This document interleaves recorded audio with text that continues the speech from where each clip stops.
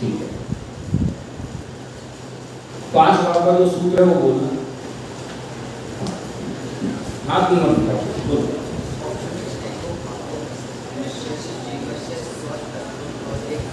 इसका मतलब है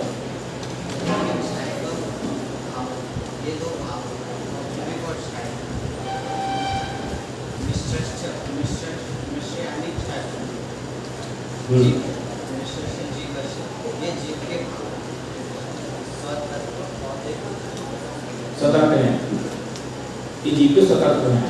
हाँ, और पारिणामिक भी, तो ऑप्शन में छाए, मिस, उदय और पारिणामिक, ये 5 जीव के सतर्क होते हैं, ठीक है ना, ये अब ना। अब मिश्र का अर्थ क्या दिया आपने, ऑप्शन में और छाए, इन दोनों को मिक्सचर दो, क्या हुआ, ठीक है। औदैक भाव के लिए कौन से उदाहरण से हमने समझा था, वो उदाहरण समझेंगे सबसे पीछे आगे उनको में। हाँ बोलो, तो बाकी ले लो, हाथ में ले लो। कर्म के उदय से जो आत्मा में जो फलित मतलब परिणमन कर रहा है, कोई मुझे यहाँ बोर्ड पे आके उदाहरण समझा सकता है? 1 2 3 4 बस, बाकी लोग 5 बात को समझाने के लिए तो अपने एक उदाहरण दिया था ना, गंदे पानी वाला। बोलो बोर्ड पे कितने लोग समझा सकते हैं? चलो ग्रीन सर, हाँ जल्दी आओ। ऑप्शन में भाव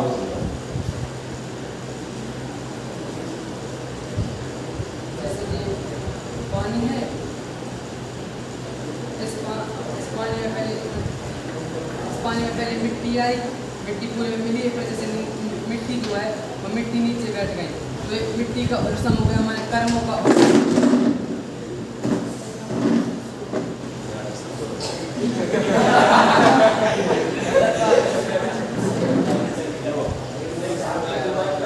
एक गिलास है, ठीक है, और ये है पानी के निशान और ये है गंदगी, बराबर।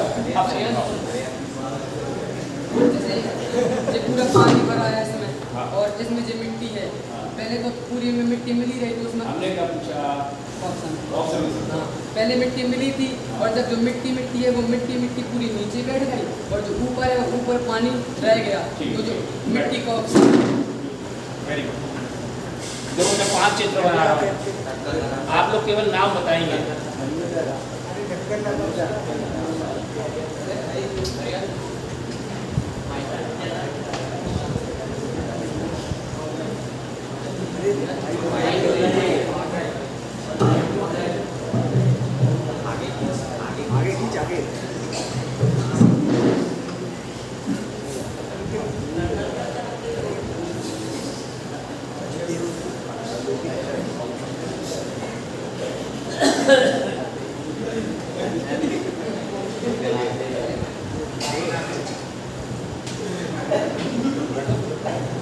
रेड टी शर्ट, ये बोलो। अरे मैं जो पूछ रहा हूँ वो ये है, क्यों बाकी नहीं बोलना।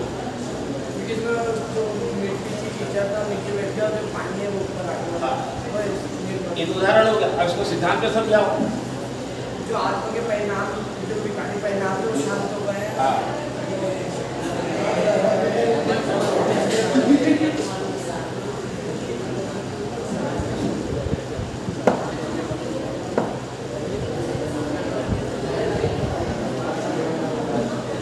अब समझाओ।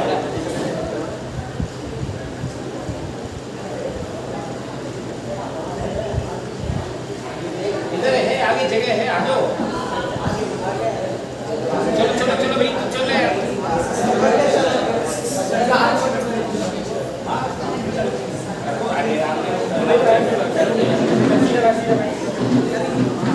जो अपना आत्मा के परिणाम को परिणाम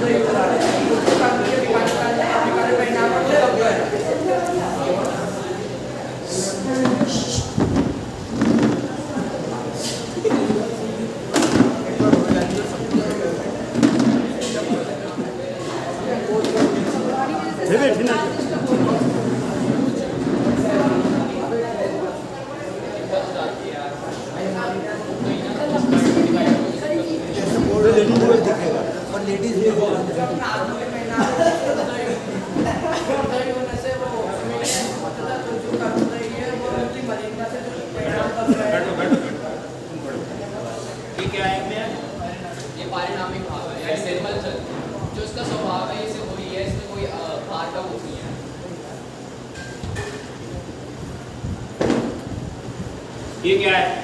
ये भी पारिणामिक भाव है क्योंकि उसके अंदर नहीं है, वो स्वभाव से निर्मल ही है। नहीं, शाही भाव है, मतलब वो मिट्टी निकाल के साइड में बाहर निकल गई। ठीक है, अब कौन सा बचेगा?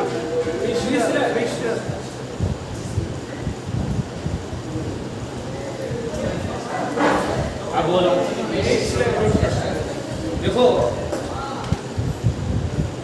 ये गंदगी है और ये पानी है, तो गंदा पानी, तो गंदगी माने कर्म का उदय।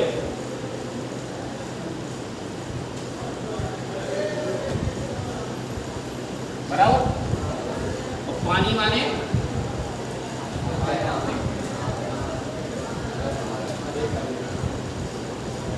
आत्मा का परिणाम। गंदगी के साथ आत्मा का परिणाम माने कर्म के उदय के साथ आत्मा का परिणाम जो मिला हो उसको बोलते हैं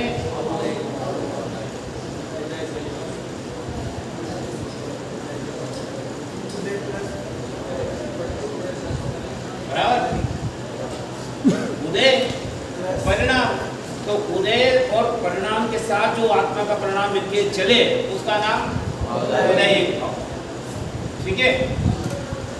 दूसरा ये क्या है?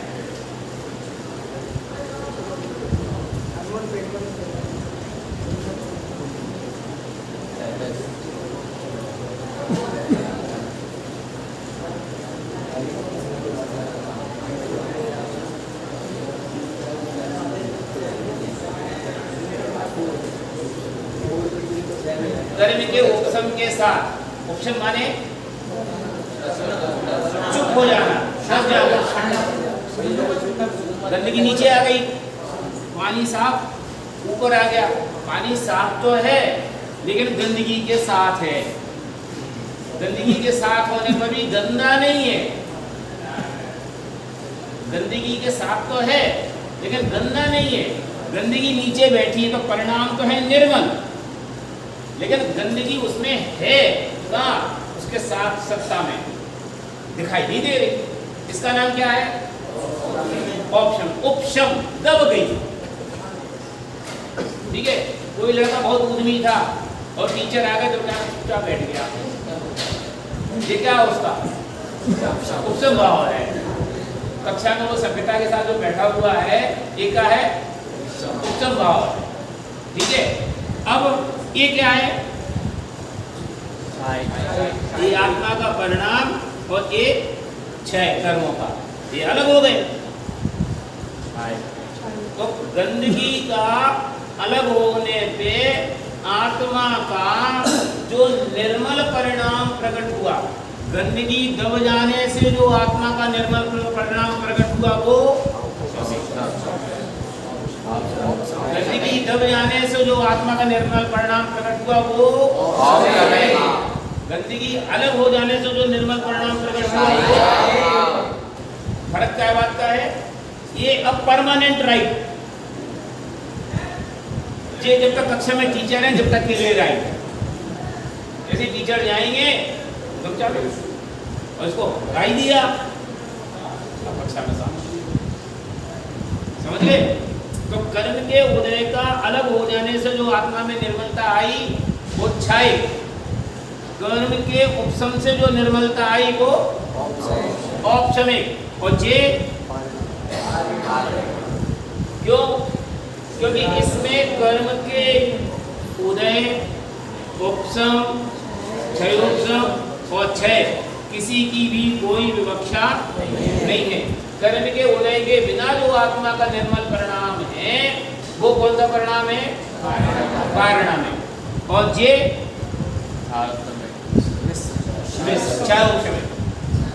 साफ सुथरा भी है, थोड़ी बहुत गंदगी भी है। बराबर। इतनी बात अपन ने कल पढ़ी थी, ये तो कल का रिवीजन। अब आज अपन को दो भावों की चर्चा करनी है। कौन कौन? कर्म का उदय मतलब मोह नहीं है। कर्म है कर्म का उदय जहाँ जो अपेक्षा हो, मोहनी कर्म अकेला नहीं लेना। आठों कर्मों में भी आप चारों कर्मों की मुख्यता करें तो जहाँ जिसकी अपेक्षा हो वो लेना। जैसे छाय भाव है तो अकेला मोहनी का क्षय थोड़ी लेंगे, दर्शनावर्णी का क्षय भी लेंगे, ज्ञानावर्णी का क्षय भी लेंगे। केवल दर्शन कहाँ से आएगा? केवल ज्ञान कहाँ से आएगा? तो जहाँ जिस कर्म के उदय की विवक्षा हो उस कर्म के सापेक्ष उसका कथन करना चाहिए। ठीक, अब आज अपन को दो के बारे में बात करनी है। सबसे पहला कौन सा है? औपशमिक, है ना? अरे यार डस्टर रखो यार, क्या गरीबी दिखा रहे हो यार। और दूसरा कौन सा है? ठीक है, इन दो भावों की बात करनी है। सबसे पहले परिभाषा बोलो, अपनी किताब में जो परिभाषा लिखी उसको।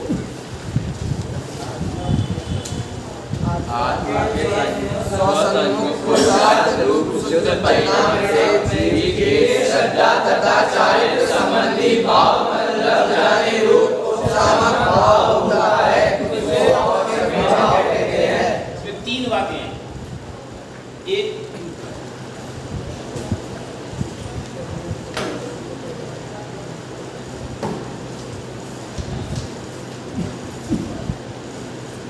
देखो, स्वसन्मुख पुरुषार्थ किस कारण से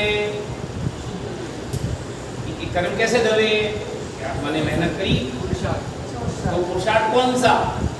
स्वसन्मुख उद्योग को एकत्र करना अपनी आत्मा की ओर। तो स्वसन्मुख पुरुषार्थ से शुद्ध परिणाम से जीव के श्रद्धा तथा चारित्र में, श्रद्धा और मतलब औपसमिक परिणाम केवल दो ही गुणों के संबंध में है, श्रद्धा के गुणों के संदर्भ में और श्रद्धा और चारित्र दोनों मोहनी कर्म से संबंधित हैं। दर्शन मोहनी और चारित्र मोहनी। तो दर्शन मोह के उपशम से श्रद्धा और चारित्र मोह के उपशम से चारित्र।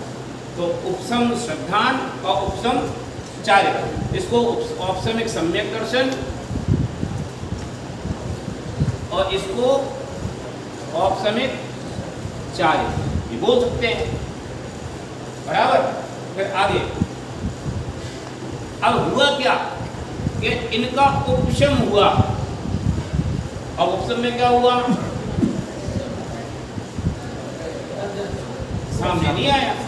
माने मोहनी कर्म अभी जो अपना असर दिखा रहा था उसने अभी अपना असर टेम्परेरी नहीं दिखाया। इसका नाम क्या है? उपशम हुआ।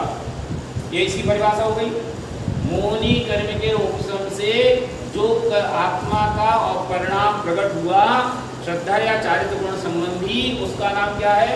औपशमिक भाव। उपशम से औपशमिक भाव। अब छाय की परिभाषा बोलो। आत्मा के स्वसन्मुख पुरुषार्थ से किसी की अवस्था में शुद्धता का सर्वथा क्षय होना अर्थात पूर्ण शुद्ध अवस्था का प्रकट होना तो छाया भाव है। अब इसमें ये कह रहे हैं पूर्ण शुद्ध, और इसमें पूर्ण शुद्ध क्यों नहीं कह रहे?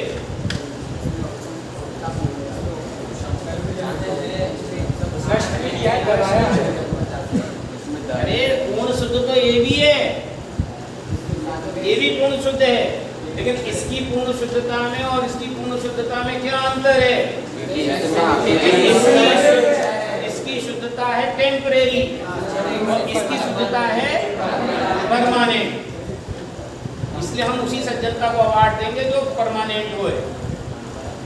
हम उस सज्जनता को क्या अवार्ड देंगे? आधे घंटे तो ठीक है, बाद में वापस,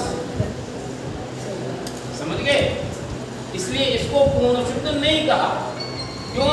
नियम से ये थोड़ी देर बाद खत्म करेगा और अब इसमें वो गुंजाइश नहीं बची। परिभाषा हो गई। अब दूसरी बात, इनके अपन भेद। मैंने इस ढंग से चार्ट बनाया, आपको दूंगा मैं बाद में। भेद बोलो, उपशम सम्यक उपशम भाव के भेद बोलो। दो दर्शन और चारित्र ऑप्शन। दर्शन मोनी चारित्र मोनी कहाँ से आ गए? औपसमिक सम्यक और औपसमिक चारित्र। तो औपसमिक सम्यक और औपसमिक चारित्र, इसके भेद। अब छाय के भेद बोलो। केवल ज्ञान, केवल दर्शन, छायिक ज्ञान, छायिक लाभ, छायिक भोग, छायिक उपभोग, छायिक वीर, छायिक सम्यक, छायिक चारित्र।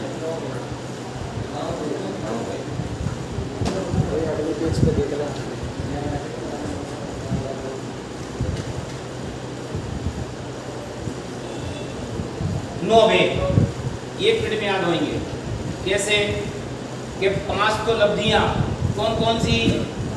दान, लाभ, भोग, भोग, वीर्य। 5 लब्धियां तो 5 तो ए केवल ज्ञान, केवल दर्शन और जे और जे। कितने हो गए? 9। बोलो।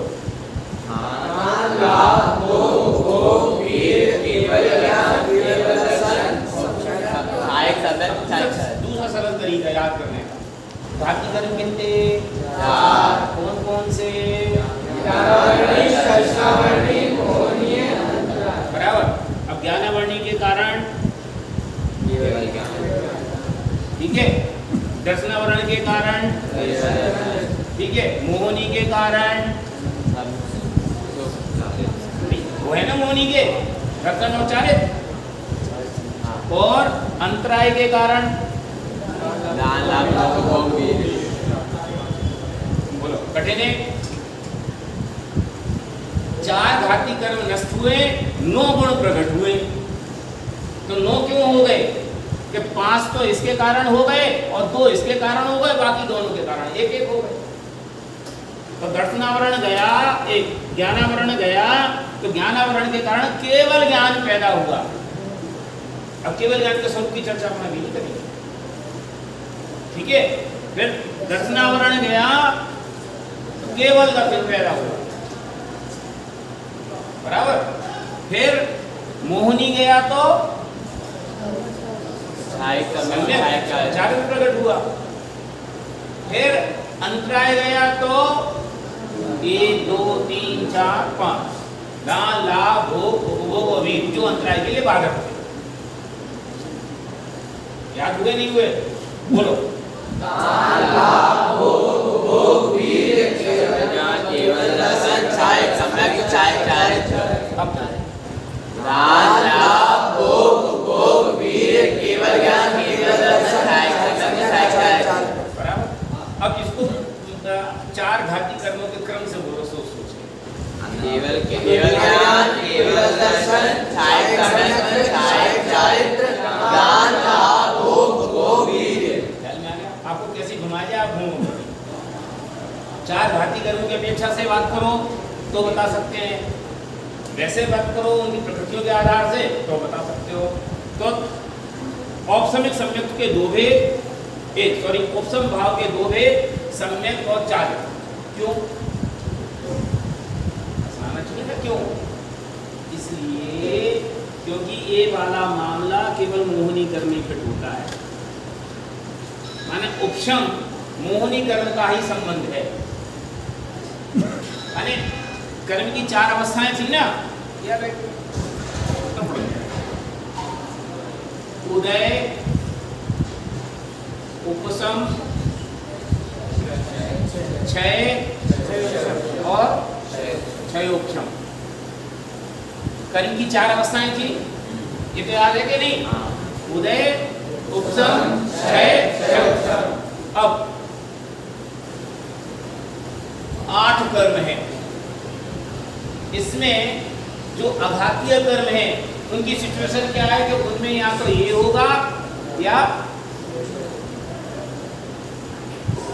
तो उनका उदय होता है या उनका क्षय होता है। किसमें? ठीक है, अघातीय कर्म। घाती की बात नहीं होती। अघातीय कर्म कौन कौन से?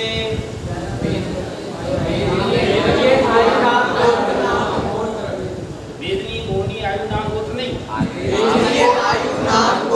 मैंने क्या गलत बोला? मोहनी बोला, ठीक कर दिया। ठीक है, चलो। तो अघाती कर्म में क्या व्यवस्था बनी कि या तो उनका उदय होता है या उनका क्षय। अब अघातीय में घाती कर्म कितने प्रकार का? 2। 4। कौन से? ज्ञानावरण, दर्शनावरण, मोहनी, अंतराय। इसमें मोहनी को साइड लाइन करो। अब कितने बचे? 3 कर्मों में कौन कौन से? ज्ञानावरण, दर्शनावरण, अंतराय। मोहनी कौन बोला? आवाज तो आई? ज्ञानावरण, दर्शनावरण और अंतरावरण। इन तीन घातीय कर्मों में जो सिचुएशन बनती है वो इसकी बनती है, इसकी बनती है और इसकी भी बनती है। समझ में आई? अब कौन सा बचा? अब कौन सा बचा? मोहिनी। तो मोहिनी कर्म में ये सिचुएशन भी बनती है, ये भी बनती है, ये भी बनती है और माने मोहिनी कर्म में कर्म की चारों अवस्थाएं घटित होती हैं, उदय, उपसम, क्षय, क्षयोपशम। ज्ञानावरण में कितनी क्षय घटित होती हैं? तीन। उदय, क्षय।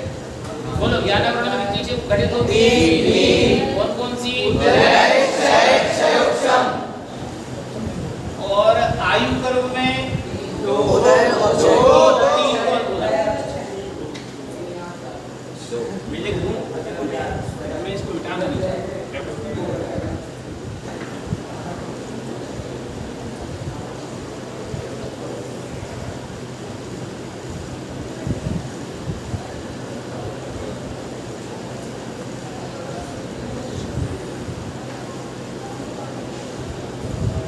मैं पूरा नहीं लिख रहा हूँ, है ना?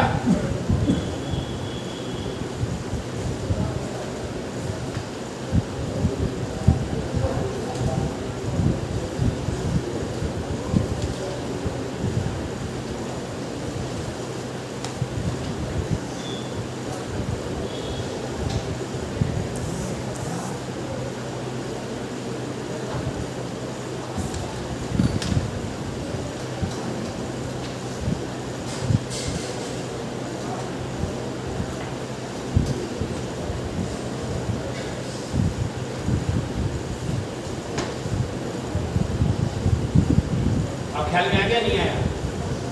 देखो, आघाती कर्म की चार हिस्से, वेदनी, आयु, ठीक है? और इनमें दो ही अवस्थाएं बनती हैं, या तो उनका उदय होगा या उनका ठीक। फिर घाती कर्म के चार हिस्से, ज्ञान, दर्शनावरण, अंतराय और मोह। इसमें से इन तीन के हिस्से में केवल क्षयोपशम की स्थिति और ऐड हो जाती है, बराबर? तो ये पावर को भाई साहब, ये सबके घर में जा सकते हैं, ये इधर भी जाते हैं, ये इधर भी आते हैं, इधर भी जाते हैं, सब जगह जाते हैं। तो उपसम के अब इसको उल्टा चलो कि उपसम कौन से कर्म में हो सकता है? उपसम होगा तो कौन से कर्म में अकेला होगा? और क्षय होगा तो कौन कौन से कर्म में होगा?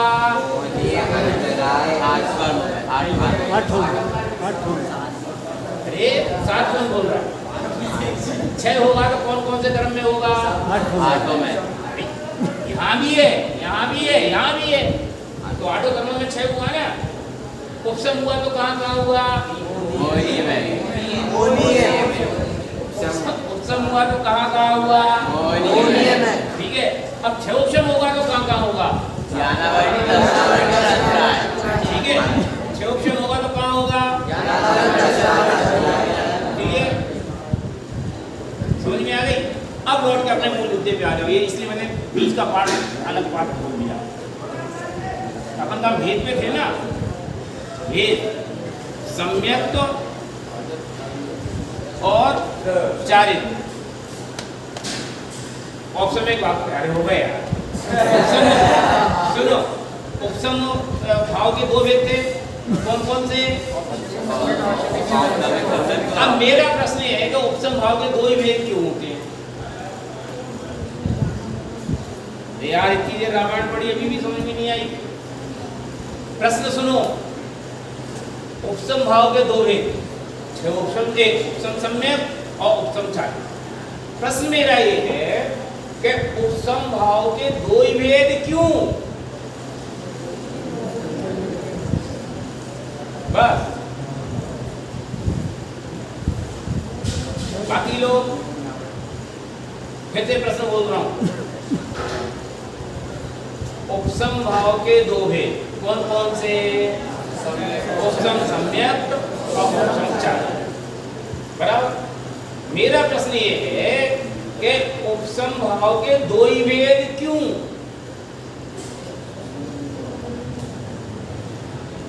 बोलो। हाँ तो उपसम होता है भाई मोहिनी कर्म से संबंधित। बस सीधी सी बात कि अन्य कर्मों में मामला ही नहीं है। अकेला उपशम मोहिनी कर्म में होता है और मोहिनी के दो हिस्से हैं, दर्शन और चारित्र। तो दर्शन के कारण से सम्यक और चारित्र के कारण से बराबर। तो उपशम सम्यक के दो के। अब अगला प्रश्न बहुत सरल, मैं चाहूंगा आप सब उत्तर दो। छायक भाव के नौ भेद क्यों? यार अब तो कठिन है। छायक भाव के नौ भेद बताए कि क्यों? बोल।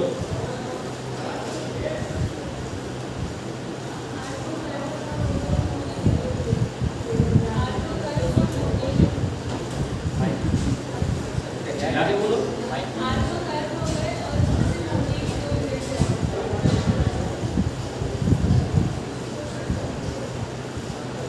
छायक भाव के नौ भेद है ना, आवाज तो आ रही है ना तुम्हें मेरी? छायक भाव के नौ भेद है क्यों?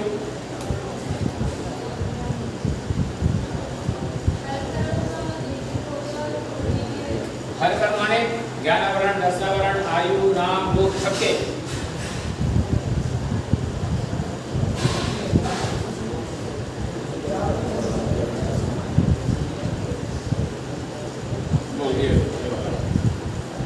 क्योंकि ये जो नौ भेद है चारों आघातीय कर्म, ये चारों घातीय कर्म आघातीय के नहीं होते।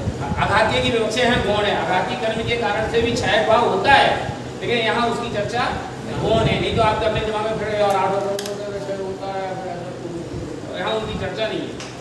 अब बोलो। ये घाती कर्म की अपेक्षा से होते हैं। तो नौ क्यों हुए? चार है तो चार ही होने चाहिए ना भैया। जो अंतराय कर्म के 5 भेद हैं, हाँ। मोहिनी कर्म के 2 भेद हैं, 11वाणी कर्म के एवं 10वाणी कर्म के 1। अब सोच के उत्तर देना अगला प्रश्न। खड़े रहो, रुको। अंतराय के 5 भेद तो उसके 5 तुमने कर दिए। मोहिनी के 2 भेद तो उसके 2 कर दिए। ज्ञानावरण के भी तो 5 भेद हैं, वे कहाँ गए? ये सभी केवल ज्ञान में include हो गए। भाई ज्ञानावरण के भी तो 5 हैं, लेकिन उनके अभाव से गुण 1 प्रकट हुआ। क्यों? वे सब क्षोभम रूप थे। जो शेष 3 4 थे, जो 4 ज्ञान थे, आवाज के मन पर्याय कौन कौन से 5 ज्ञान? 4 ज्ञान है मन पर्याय। ये कैसे थे? क्षोभम रूप। छाया रूप कौन है? तो भले उसके 5 भेद हो, लेकिन 5 भेद होने पर भी उसके गुण 1 ही प्रकट हुआ। कौन सा? केवल। अंतराय में ऐसा क्यों? क्योंकि उसके 5 भेद हैं, इसके ऐसा हुआ। तो इसके 2 भेद और इसके 9 भेद। यार ये लाइन भूल गए? ठीक है, चलो 2 बातें हो गई, परिभाषा, भेद। फिर आगे जो गीला कर रहा है जुगाड़ ही होती है।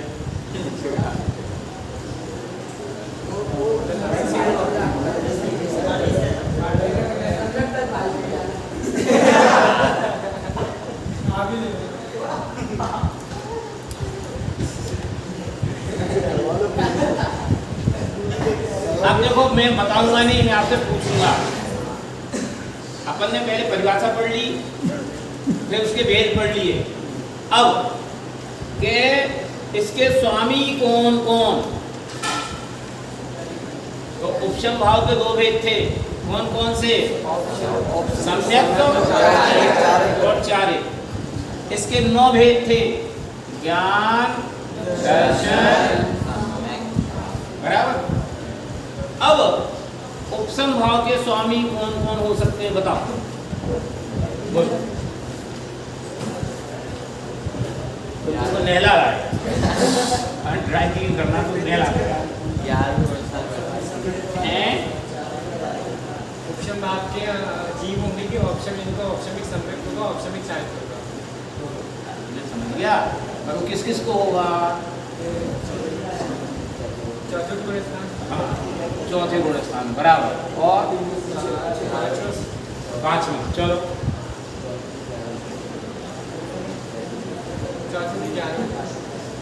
मान लीजिए, ठीक है। नहीं बस सही बोली, बट ऐसा इसमें थोड़ा सा बारीक भेद है, उसकी चर्चा पर को करने से कोई लाभ नहीं है। पीछे आवाज नहीं आ रही? अरे आप अभी क्लियर परेशान हो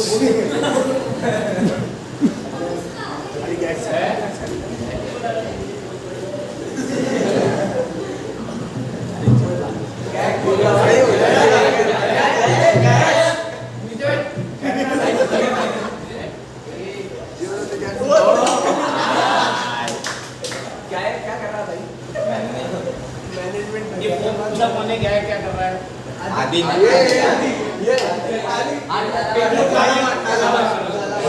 भगवान ने तुम्हें दी है कि नहीं दी? सामने नहीं दे रहा, जबरदस्ती पूछ रहा है।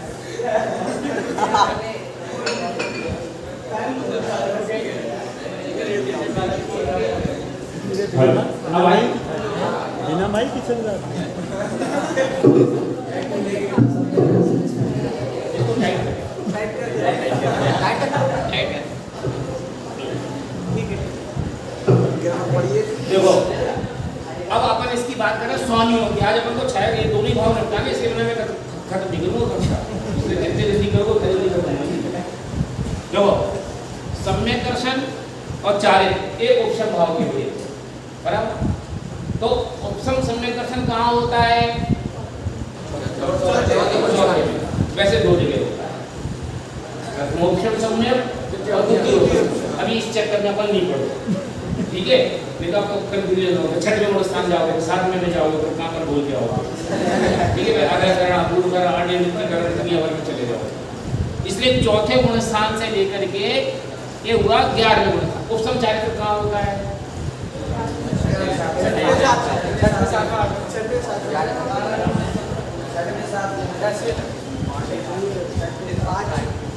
अरे उपशम श्रेणी कहाँ होती है?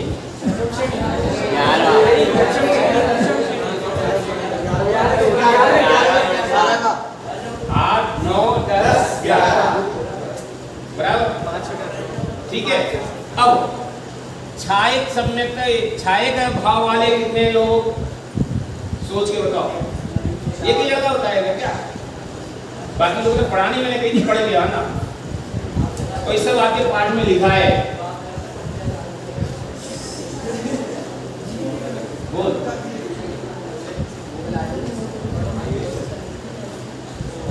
छायक सम्यक वाले जी, छायक चारित्र वाले जी और अरहत। ठीक है, अब छायक सम्यक वाले कौन से गुण स्थान में पाएगा? 5। Very good. 5वां गुण स्थान क्या है?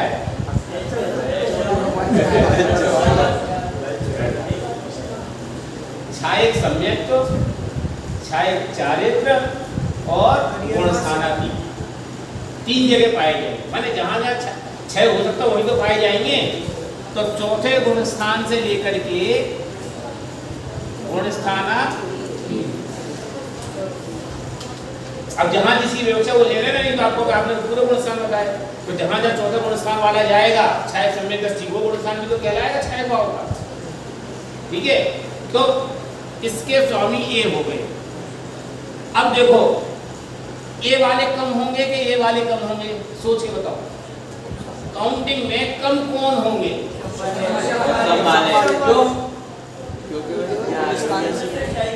क्योंकि इनमें सिद्ध भी तो शामिल हो गए, गुण स्थान के बाहर के लोग। ये तो अकेले चौथे गुण स्थान से